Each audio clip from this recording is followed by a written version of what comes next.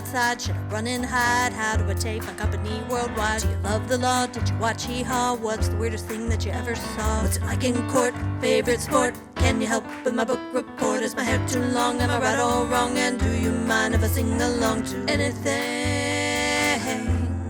Ask Alan anything in the world. Hello, everybody, and welcome to this episode of Ask Alan, the podcast. I'm Alan Crone, the CEO of the Crone Law Firm, and with me today is Scott Beebe. Scott, did I pronounce your last name correctly? You got it, Alan. Great job. And Scott is, well, I'll let Scott tell you who he is and what he does, but he's got some great business insights to share with everybody today. Scott, tell us a little bit about yourself and your company. Yeah, absolutely, Alan. So we mentioned as we were talking offline, we actually are headquarters out of the low country of South Carolina, just outside of Hilton Head in that area down there. Beautiful part of the country. And we started back in 2015. I've got kind of a fragmented blueprint. So it sounds like the start of a bad joke. I was a seminary student, a telemarketer, a drug salesman, a pastor, an associate pastor, and an executive director of a nonprofit. And so you mash all that together in a cocktail and you have a business coach that pops out. And so in March of 2015, we started Business on Purpose. And we had a fragmented aim. I had a couple of friends who were business owners and really had a desire not only to guide and to help, but also to help them. Not because they weren't successful. They were already running businesses, but they were very scattered with a real lack of clarity of where they were headed. So they were making money, they had people, they were doing amazing stuff, but there was no clarity long-term. And so now what we do, we've been able to clarify what we do very well. And we work with business owners between 2 and 100 employees to help build all their back-end systems of purpose, people, process, and profit, leveraging a proprietary series of roadmaps that we've built internally for one reason. And this is our mission, is to liberate owners from chaos to make time for what matters most. So that's why we do everything, Alan. Is that we're a team of 10, by the way. I actually just brought in a new coach today at the time of this recording. And but our team is doing all the onboarding and the training and everything else. And so we're a team of 10 serving a client base of 88 around North America right now. Well, you mentioned it briefly, and as I was preparing for the show, I read a little bit about you. And tell our folks a little bit about how you go from pastor to business coach. It's not the normal path, but I kind of like folks who take different paths. Some abnormal paths for sure. One of the things we found out, and we've got this saying, Alan, in our business, that life and business necessarily intersect. I think you and I both have grown up in cultures where we tried to keep business at work and we tried to keep home at home, right? Well, that's robotic. We're human beings. That's what it's not possible, is to contain those emotions, those thoughts. They're going to commingle. And what we realize is there is a lot of what we do as coaches and advisors that really bleed over into this world of pastoring, shepherding, guiding, whatever adverb you want to be able to use around that. And so it's not as big a jump as I thought it was going to be. But what I learned as being a pastor is about 20% of the work of the pastoring I enjoyed, and about 80% of it I just didn't enjoy it all, and frankly wasn't very good at it. But when we get into this world of business coaching, my dad's an engineer. I'm very tactical when I think about things. And so we were able to work with owners, start to decode what we saw from what business is, and realize that business, it's not a modern concept. This has been around since the dawn of time, is this idea of commerce. And so we were able to deconstruct what a business is and then reconstruct it into how business owners can see that today. And so I basically just took sort of the natural skill set that we have that happened to be deployed into a role of a pastor. Still love people and everything that goes along with it. But I love pastors to pastor. What we want to do is we want to be able to coach and advise, and quite frankly, really push some people like our coach did to us into a higher level of being free from chaos. Sure. And, building on what you said about the intersection of life and business, one of the things that as an employment lawyer, I sit in, depositions a lot and decision makers who, either decide to fire somebody or decide to, just not perform on a contract, those kinds of things. One phrase you'll always hear is, well, it's not personal, it's business. Oh. And I have come to believe over my 30 plus years of practicing law that there's nothing more personal than business. That's right. That's and right. I had a partner who did family law, and he would do, divorces and that sort of thing. And the emotion level in divorces was about here. Hmm. The emotion level in what I call business divorces, dispute between business owners, Yeah. was off the Oh, chart, wow. because you're dealing. I just don't know. I don't know why exactly. In my next life, I may come back as a sociologist and study it. But I really do think that the worst phrase is "it's not personal, it's business." Yeah. That's just that's a justification for doing something wrong, in my Yeah, opinion. we've blacklisted that phrase. In fact, I'll use it in talks when I give different talks and be like, you've heard people say, right? Jim Gaffigan, the great comedian, he's got a little riff about this, and he talks about the Pope. And he said, can you imagine if you walked up to the Pope and you started talking to him about being the Pope, and he goes, whoa, easy. I keep work at work. You're like, what? It's silly, right? Yeah. Yeah. So so let's talk a little bit about mission and values. I know you've got I was looking at your website, and I can see the progression that you talked about in the intro. But I really believe that mission is the key to the future for American business, because people talk about, the millennials, and I don't like talking about generational. I like talking about contemporary mores, because I think no matter how old you are, you're being affected by this. People now have options on how to spend their time, and they want to make a living, but they also want to do something. They want to accomplish something. Yeah. Talk a bit about how important it is for a company to have a mission, not just a mission statement that everybody gives lip service to, but a reason for existing. You've hit on another phrase, Alan, without saying it, that we've not blacklisted. We just make fun of. And we'll start talks out this way, as we'll say, God, who's with me? Nobody wants to work anymore. Nobody wants to work anymore. And you'll see heads nod. And the older they are, the harder they nod their head, right? It's that old generational thing of what you talked about. By the way, a great reference around studying generations. A guy named Dr. Tim Elmore wrote a book a couple of years ago called, and I think it's called A New Kind of Diversity. Brilliant book. Very well researched, and it's super helpful. And we actually went back and started to do some research ourselves, finding, is this a novel concept that nobody wants to work anymore? And we found articles, this is crazy, dating back to 1894 on a simple Google search, either headlined or within the copy of the actual article, saying nobody wants to work anymore. The reality is, this is not a novel concept. And really what we mean is not nobody wants to work anymore. It's that they just don't want to work for you because you're not clear. You're chaotic. And the younger generation, I have to give kudos to the 20 some odd year olds. I'm actually a little bit envious of them and jealous of them, because they hold, you mentioned the word more, they hold to their mores around this idea that, no, I'm not going to walk into your chaos. And somebody who's older, I'm 48, so I'm in the elder category, or pretty close, I guess, at this point.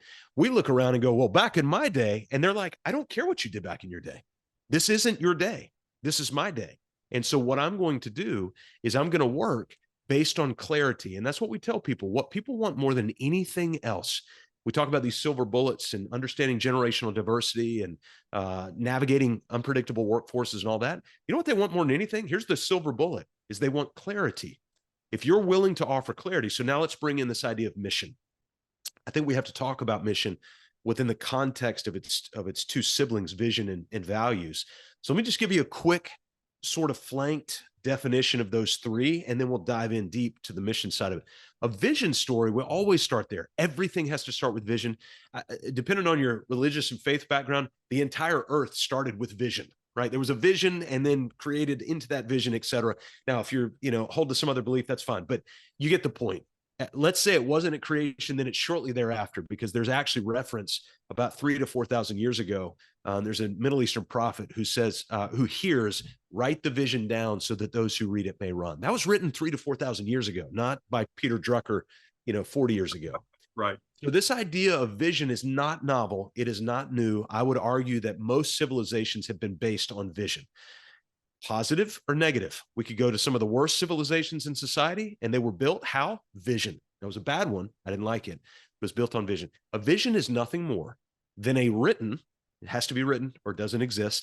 That's what Michael Gerber says. Actually, he says, if you don't write it, you don't own it. We say, if you don't write it, it doesn't exist. And so it has to be written, and it's a multi-page document that gives you a detailed snapshot of the future of your business. And so tell me what your business looks like 5 years from now. Like, go ahead and write it out. Well, we want to be the world's, no. Give me details. Who's working for you? What are you servicing? Are you doing family law? Are you doing employee law? Are you doing estate planning? What are you doing, and who are you doing it with? And what's the culture of that? So that's vision, detailed snapshot of the future of your business. Then we have on the other side of mission, what we call unique core values. These aren't standard values, and people listening are going to go, oh man, Scott, I've got that. We've got excellence, integrity, respect. No, those were Enron's core values back, 20 some odd years ago. I'm not talking about core values that we should all have. I mean, if I don't have a core value of excellence or integrity, then we just shouldn't be talking, I mean, that's the low bar to entry. But a unique core value is something that's unique to me and to you. So one of our core values in our business, 4 R's. You're like, well, what is that? That's right. I need to explain it to you because it's unique to me. Another one of ours is 85-15. That's unique to us. It means something. And we're going to use those values to make decisions. So we've got vision, detailed snapshot of the future, values, the curbs on the side of the road that guide your decision-making. And then we ask the question, well, why are you driving on that road to get to that destination? Boom, that's mission. So our mission statement is telling us, go back to Simon Sinek, why you're going, where you're going, and why you're driving the route that you're driving. And so what we tend to do, Alan, is we tend to use a mission statement telling you what we're doing. And so we say, hey, my vision is to go to Memphis, Tennessee from South Carolina. I'm going to drive, I-16 to I-20 and up and whatever. So I've got my vision and my values. Well, why are you doing that? Well, I'm doing it because I'm driving to Memphis. And you're like, that doesn't make any sense. Like, why are you going to Memphis? Oh, my daughter's getting married. Oh, that's your mission. It's not Memphis that you're going to. It's the mission is I'm going to see my daughter.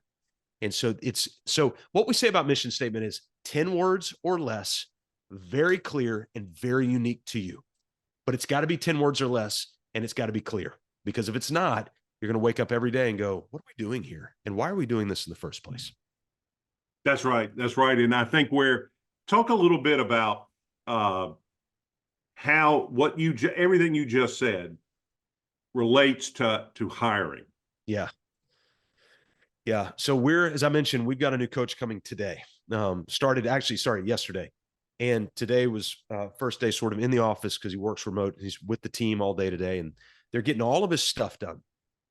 And so as he came in, the very first interview we had with him, because this is what we do with everybody, we talked nothing about the job role, not one iota about the job role.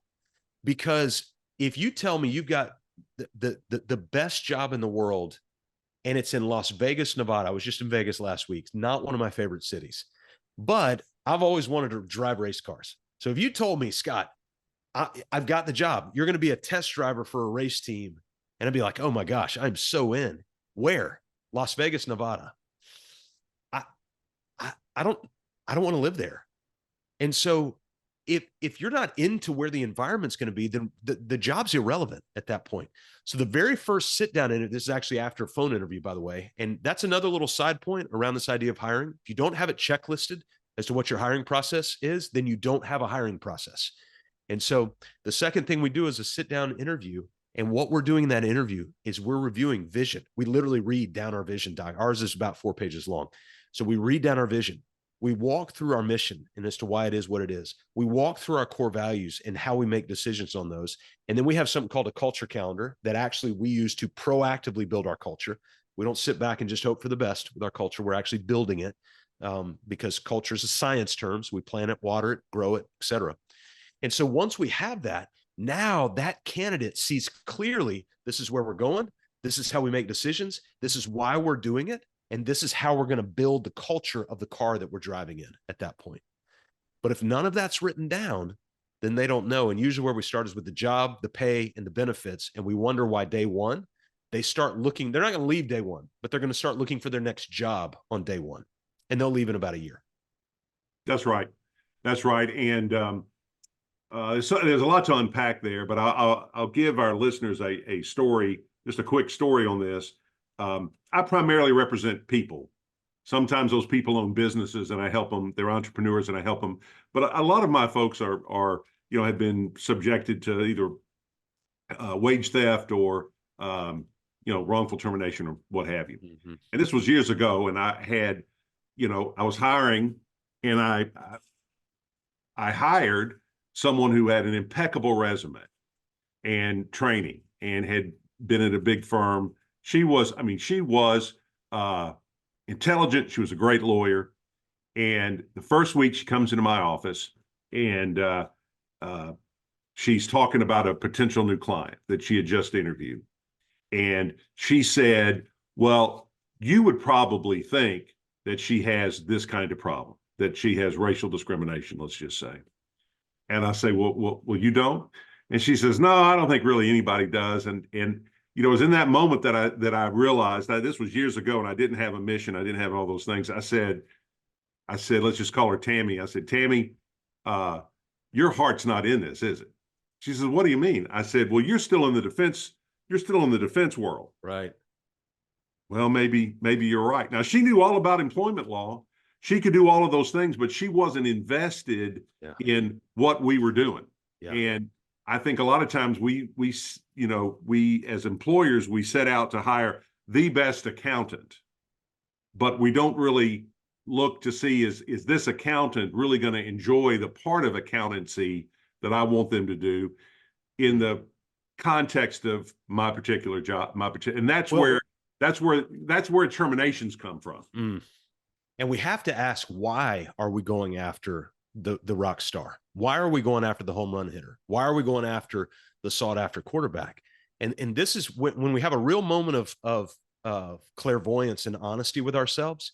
The real reason that we want the rock star is because we have been so unwilling to build out the repetitive, predictable, and meaningful training that it's going to take to proactively train a new person.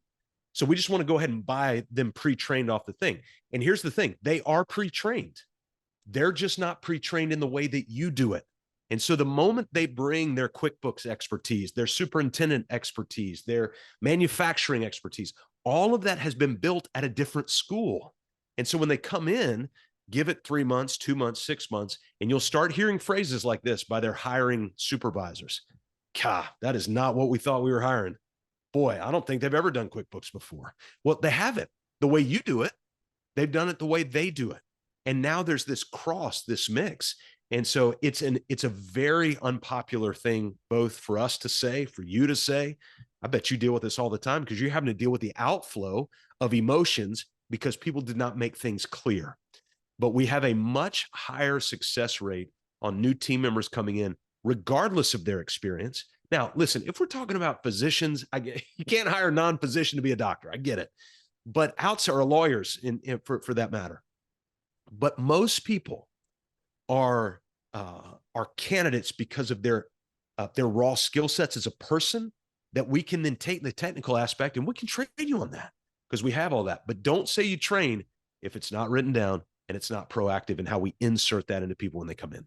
Yeah, 100%, 100%. Who's a prime target for your services? For who can you help the best? Oh yeah, well, I appreciate you asking that. Out of the 88 that we serve, the sweet spot when we usually get them are business owners between 2 and 50 employees, and they're usually at a stage where they want to grow, but it just feels chaotic. They're spinning plates, they're throwing Hail Marys every single day. They're sitting at the kitchen table doing billing or invoicing or some business thing at 11:30 at night when they should be at home. But when they feel that chaos is starting to creep into their world, that's perfect for us because we've got the roadmap to be able to get them out of that chaos with a lot of work, to be able to get them out of that chaos. And we have 2 rules, Alan. And rule number 1 is you have to do everything we ask you to do. Because we've done it a lot and we've got a great roadmap for it. It's a lot like a lawyer, honestly. And number 2 is you have to have more money coming in than's going out. We find a lot of people have a really small front door and a wide gaping garage back door. And there's a little trickle of money coming in and there's a whole flood of money coming out. And so, yeah, we usually need people that we're not your marketing agency to be able to do that, but that's who we usually work best with. And about 81% of our clients are contractors. And then the remaining 19% are in some sort of professional service field, architects, lawyers, we have medical clinics, things like that. Yeah. And so we find that a lot of those trades, no offense to Alan, but the lawyer trade's one of the most chaotic. We find that those professional service firms need a lot of the sort of the chaos busting pathways that we can offer. Oh, I'll save you from saying it. Lawyers are the worst because it's hard to lead lawyers if you're not a lawyer. Yeah. And that's the problems. The docs, I think, figured out a long time ago that they're going to hire a CEO and a CFO who are all business people, free them up and let them go, practice medicine. And lawyers have never really ever figured that out. Yeah. Partly because it's such a financially inefficient model. Well, no. I mean, the law firm model, the monopoly that we lawyers have, I'm just speaking freely, is I could print $100 bills in my basement and lose money based on what I can do as a lawyer because it's just so lucrative. Yeah. And so that causes a lot of inefficiency because it can, now that's probably a whole different show. What the venture capitalists sounds like a great show, by the way. I would definitely turn that into another podcast. Yeah, for sure.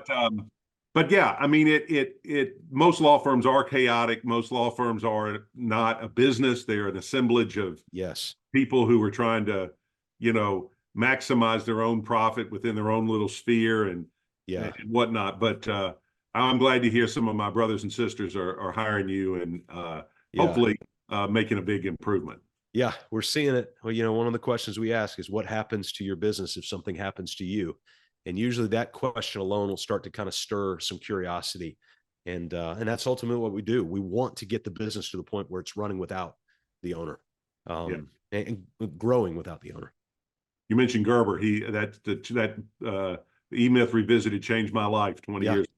Yeah, me too. Yeah. That's why I'm in the business I'm in. It's one of the reasons for sure. Yeah.